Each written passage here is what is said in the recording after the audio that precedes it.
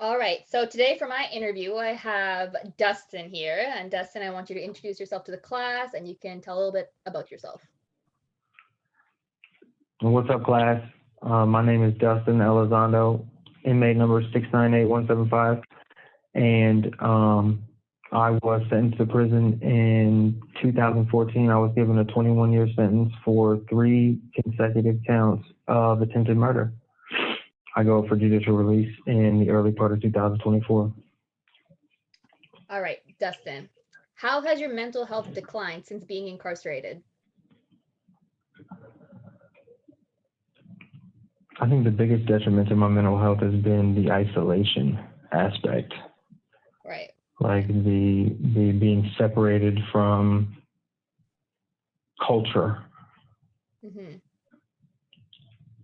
being forced back into like an alpha male, like very brutish, animalistic environment. Right. Do you feel like it's harder to get along with other inmates? I'm at a level 4 institution, and for so people who don't know what level 4 is, So level 4 is supermax. So level 4 is supermax. That's the 23-in-1. 23-in-1.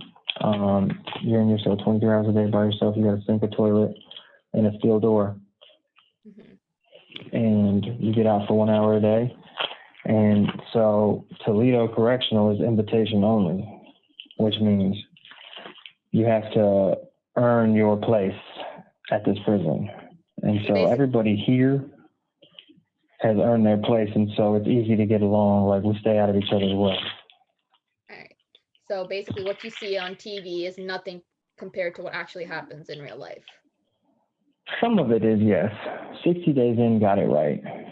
60 Days In did a fair and accurate job of portraying the violence because it is violent. It is disgusting. It is scary. It's erratic.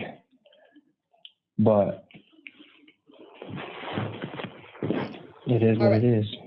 For sure. All right, Dustin, your third question. What are the roles of gangs in prison, and did you feel pressured to join one on arrival? So when I stepped off the bus to a prison called Gangland, a prison known amongst the inmates. This call is originating from an Ohio correctional facility and may be recorded and monitored. A prison known as Gangland, and so there's some sort of metric that comes out where it nominates most violent, most dangerous, most gang activity, and those are titles coveted by certain, like, prisons care about that. And so where I got off, it was the most dangerous, gang-infested prison at the time in the state of Ohio. And so it wasn't necessarily pressure to join, but it was understanding it had such a benefit. The benefits were so outweighed the negatives that it really was a no-brainer. Right. All right. Your fourth question is, do you feel like you have been desensitized to violence? And has this impacted your mental Absolutely. health? Has it impacted your mental health negatively? Do you find violence less gruesome and more funny now? Yes. Oh, Not necessarily funny, bro. It's never funny, right? Because once you've experienced that sort of like violence, and specifically that sort of injury, like once you've been did like that, and once you know what I mean? Once you've been hit that hard and you know, like, how, oh man, like you can just feel it, like. So it's never funny when people get hurt because you can die. Like I've seen people hit their heads on the sink and die over a $2 box of Debbie's. $2 box of Debbie's? Yes, he went in there to fight that man over one box of Debbie's and he hit his head on the toilet and he died, bro. Oh my goodness, wow. So, like, is that like a constant thing? Like, do you always see that? Is there like a fight every single day? Like, is there violence every single day? Yeah, there's violence every single day for sure. Especially at a level 4 institution. Right. All right, Dustin, question 5. Are weapons easily like made or obtained? And do you feel that the presence of these weapons reduces or increases violence? That's interesting because, I mean, first of all, anything can be made into a weapon. It just depends on how determined you are to hurt somebody. But I would say, I mean, I don't know, because I used to carry a pistol. When I first got locked up, like, I always had something. Didn't matter what it was. But like, once I understood and like found out that my hands were sufficient enough, like, then I just stopped carrying one. But I think it did because it eases that tension of like people who are really uncomfortable. The mutually assured destruction aspect of it keeps everybody in check. Right. No, for sure.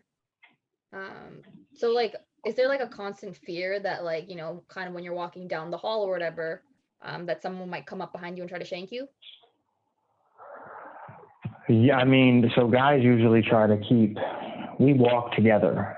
Like, we have a rank and file that how we move through the hallway specifically for that reason. But also, like, the motherfucker come across the hallway though, for sure. Seen it 100 times. One of I actually watched a guy die coming across the hallway at Lebanon in 2015. Oh, wow. I was 5 hallway tiles away from his death. That's crazy. Yeah. That's crazy. Yeah. Okay. Question 6. Do you feel that the prison stereotypes reflect your own experience in prison? I don't know, man, because like, I would say yeah, probably. Yeah. I would say yeah, probably. For the most part, like what I've seen, like the violence and the fights. Yeah, right. And the social hierarchy is like the most important thing that they get right. They because that's a big part of it. Yeah, no, for real, social hierarchy. All right, your last question is, Dustin, if you could change some things about the prison system, what would you want to change? So I would want prisons to be as much like the real world as possible. Right. Like, as it stands right now, like, I get up every day, I go to school. You have 1 minute remaining. I log down and I have privileges and I have things.